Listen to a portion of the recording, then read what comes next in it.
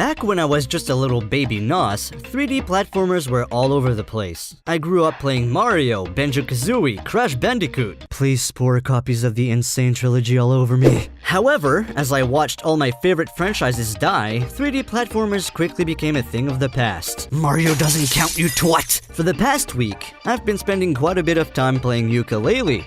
No, not the instrument. The game. Now, is Yooka Laylee what will actually drop the proverbial phoenix down on the genre and revive the good old platformers we all know and love? I'd say it's a step in the right direction.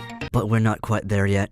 Just let me expand on that. Yooka Laylee opens up as our main villains, Capital B and Dr. Quack, discuss their evil plan for maximum profits. A plan that involves stealing books somehow? The story isn't really a main focus with these types of games, so I usually don't even factor it when it comes to my enjoyment of the final product. Anyways, as they steal the book, Yooka and Laylee, relaxing nearby, witness their own kind of expensive book fly away. The book's pages escape to reveal the pages, making our two heroes realize that their book might be worth way more than they thought. And just like that, they leave on a quest to recover their stolen book. This quickly leads us to Hivory Tower, which will be our main hub for the rest of the game. But before we get there, we have a short tutorial section to complete. Now, immediately, Yooka Laylee starts extremely strong. You'll quickly notice that Yooka and Laylee control amazingly well. They just feel nice to control. Their weight and movement is one of the best I've ever felt in this type of game. The world is charming and colorful and everything is fun to explore. After just a little bit of running around, we run into Trowser, a snake who specializes in selling special moves. He'll be your go-to guy when it comes to learning new abilities. For the sake of the tutorial, Trowser will ask you to pay him 5 quills. Only then will he let you know where to find your book and let you pass the gate. We explore a little bit, break a few things, collect a few quills, and just like that, we finally reach Hivory Tower. Pick up the pagey at the top of the Capital B statue and voila! The tutorial is complete. We can now sink our little teeth into the meat of the game. Hivory Tower is now our hub world. There are quite a few pages here we can collect as we unlock new abilities. However, our main focus here are the Grand Tomes. Grand Tomes serve as our portals to different levels, and exploring the tower to find them is mandatory.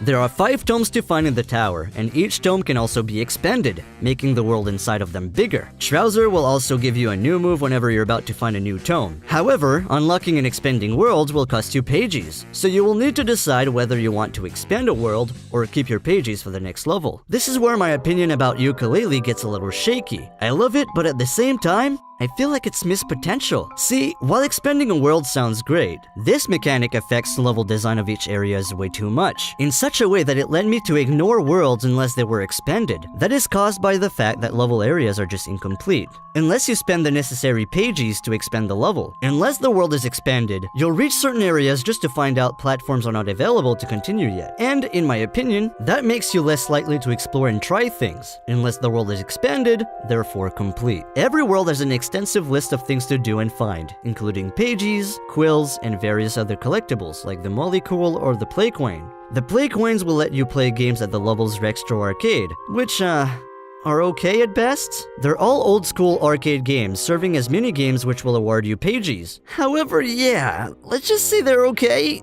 Nothing more? They tend to last too long, and the main challenge becomes completing them without slipping up out of complete boredom. The molecules are necessary to activate the transformation machine in every stage. You can become a goddamn chopper in this one! 10 out of 10! However, I feel like they didn't have any ideas for these transformations. They barely have 1 or 2 usage per stage. Now, don't get me wrong. I still believe Yooka Laylee is a lot of fun. There's quite a few abilities to unlock, and they all have varying degrees of utility.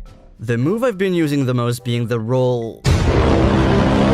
Energy depletes while rolling? Okay, this is one of my main little pet peeves with the game. Who the hell at Playtonic Games looked at the energy system and thought, oh, that sounds like fun? While on paper, it may look like an interesting mechanic, the way it was implemented is fairly poor. In some instances, it slows the game down to a crawl. In this example, I need to use the stealth ability to reflect a laser and kill enemies on the other side of a glass wall. However, every few seconds, I need to stop and wait for my energy to recharge. It's simply not fun. Another major problem in my opinion is how every enemy is exactly the same. They have different skins for every level, but other than being relatively different models, they all act exactly the same. Because of that, I'm not even sure if there's more than 3 types of enemies.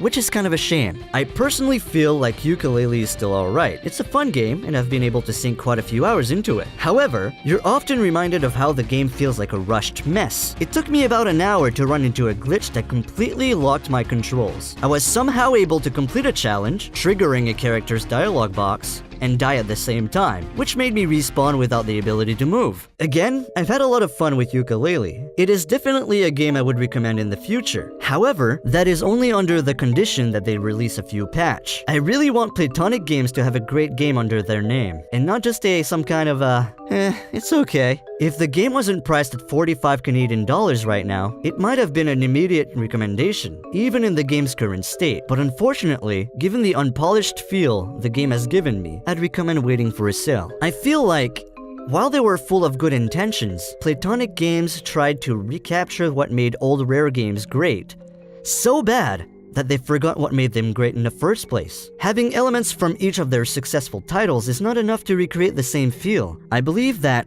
while trying to emulate the originality of our beloved Rare titles, Yooka Laylee ultimately lost its identity. If you end up picking up the game anyway, I am fairly sure you'll still have a great time. The world is beautiful, there's plenty of things to do and collectibles to find, and if there's one thing they did properly, it's Yooka and Laylee's controls and feel. On a final note, Yooka Laylee unfortunately came out as nothing more than an okay game.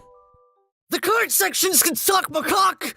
Thank you for watching this video. If you liked it, please feel free to like, comment, and subscribe. It's always really appreciated, it really helps the channel, and I really hope you enjoyed it. So on that note, I am Nas Syndrome, and I hope you have a wonderful day.